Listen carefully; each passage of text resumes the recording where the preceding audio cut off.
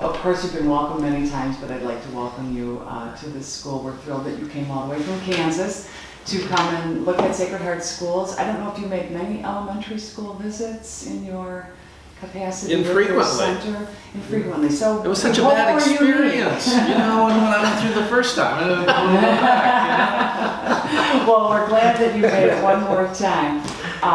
Having spent a day now in our hallowed halls, do you have any first impressions that you'd like to share of Sacred Heart Schools, or any ways that you've seen as you walked around that you could assist us in our work in developing our own center for excellence in teaching and learning?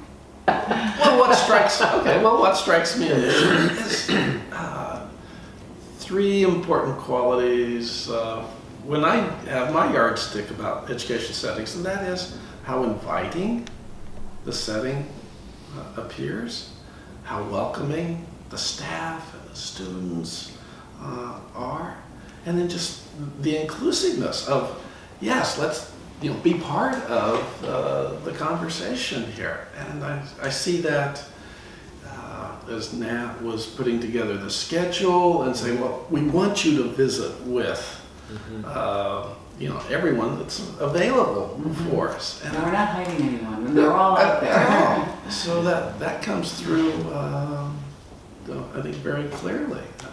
There's great energy in the classrooms with the students. I think we were talking I think last night, just the kids are having a good time. Windows learning, so much fun. Fabulous. Well, that's a great impression. I'm glad that was something that stuck with you. Don, did you have anything that you wanted to add? Well, he stole all the answers. I would say one thing that really stood out in my mind additionally is how engaged the students were, and enthusiastically engaged. They just really seemed to be having a good time as they were engaged in the learning process. I was also impressed with the ease with which visitors in a classroom were accommodated and accepted, which to me was an indicator that it's a common occurrence here that classrooms are open and visitors and parents and so forth are welcome into those learning communities. I find that also when I go in to take photos. Yeah, that's just stood out very clearly to me. Great, well that's fabulous. Can you tell me a little bit about your Center for Research on Learning? I did go online and I read quite a bit about it, but I thought maybe if you could just maybe encapsulate it for me a little bit. Sure. Our center focuses on the most important thing in schooling, and that's learning, and how we can facilitate that for students, how we can empower teachers to better engage in the process of teaching, so that at the end of the day, at the end of their efforts, students are doing a better job of learning. How can we redesign and restructure learning environments to make them a better place for the complex undertaking of learning to take place and for students to be successful. Now the center, as I understand it, at the University of Kansas has been around since the 70s, and I'm sure it has morphed into many different permutations since then. But now, how long then, Daryl, have you been with the center? Well, I could say day one as a graduate student. Oh, okay. So you both pretty much developed it together. Oh, no. This doesn't work at all. No. Hey, we share the blame here. We both did it. Yeah, you can't take the credit if you don't share the blame, right? Yeah. Okay. That's Well, then you've both been at this for quite a while, and I see also online that the acronym that comes up a lot is SIM. Strategic Instruction Model. Can you tell me a little bit about SIM?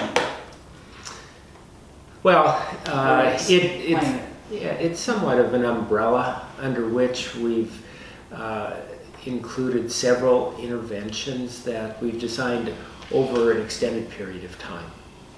Some of those interventions are designed to target how students learn and to change them as learners. Other of the interventions we've developed focus on teachers. How can we as teachers change in how we think about instruction, how we deliver instruction? And then there's an array of interventions that are designed to help students be more effectively engaged as members of a group, members of a class. How can they be supportive one of another? How So can they it's set... individual and Mhm. within a group, okay. Right. How can some of the interventions are designed to help students with acquire social skills, to set goals, to work toward things that are of value to them. And so the SIM, Strategic Instruction Model, incorporates a broad array of instructional practices. Bottom line is to teach students how to learn, to teach us as teachers how to be better teachers, and to enable students to better control and regulate their performance as learners.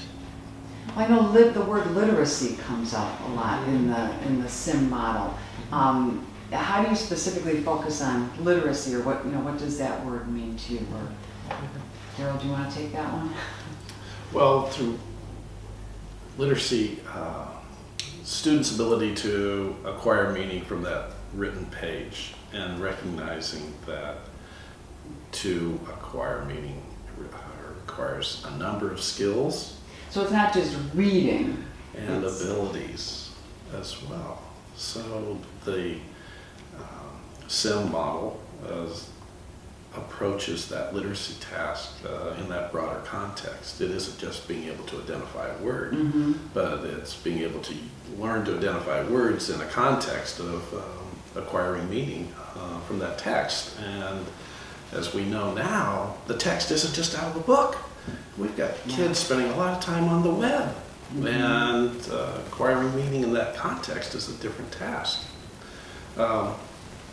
And just to elaborate too, I think as Don was describing much about the work of the center in the school base, but there's also a whole set of research, dissemination, technical assistance activities that occur outside of school. So we wind up working with consumers or service providers in welfare agencies or as employers, helping them understand the needs of a person with a disability in an employment setting.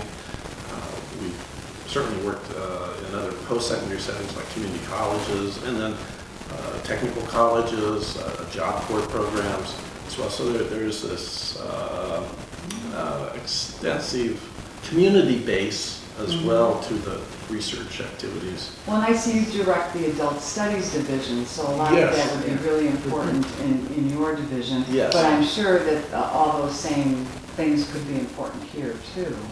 The whole community idea. You're transitioning. We're very big on here at Sacred Heart. Yes, you are. So Yeah. there's wonderful quality. Yeah. Just to, you asked the question about literacy. In addition to the points that Daryl made, a major demand that's placed on students is written expression and oral expression.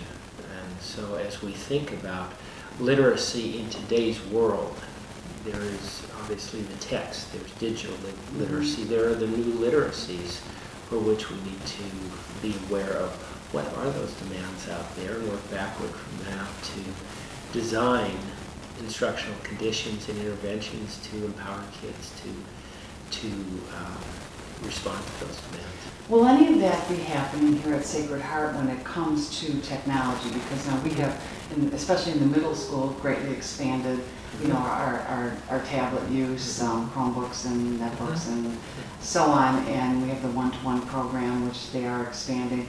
Will that come into play in the work that you'll help us with our center? I don't think we can think about instruction in today's world without asking the question, how can technologies be leveraged to help students do a better job in learning, and how might we capitalize on the new apps and so forth that are just coming out on a daily basis. One of the big challenges we've got is to stay abreast of those things and then figure out ways to integrate those things into the instructional routines that we're doing with students in the classroom. So I imagine that they will all be part of the teacher coaching that is going on and that will be ongoing this year. Absolutely. Okay. I'm wondering if, we always love concrete examples, anecdotes, so on. Can you give me an example of, say, a strategy that we would use in a classroom, any classroom here at Sacred Heart, that would aid the students in their literacy skills or, just their learning in general? Sure. Oh, no. Well, you can give you time to think about it if you want to. Well, one of the areas where we teach students strategies is in attacking textbooks. And so one of the things that we assume that all students do well is to actively engage with what they're reading. Good readers do. We do it so automatically we don't consciously think about it. But as we're reading a page in a text, we're continually asking ourselves questions about why is this information being presented? Why did this person do this? We're making predictions about what is coming next. As we read along, we lose meaning. We say, I'm lost. We go back and reread. There's just a host of things like that that are happening automatically in the Part of minds our mental process, right. that good readers do. And students struggle in that process. What we need to do is back up and say, how can we break some of those tasks down and teach some of those specific behaviors to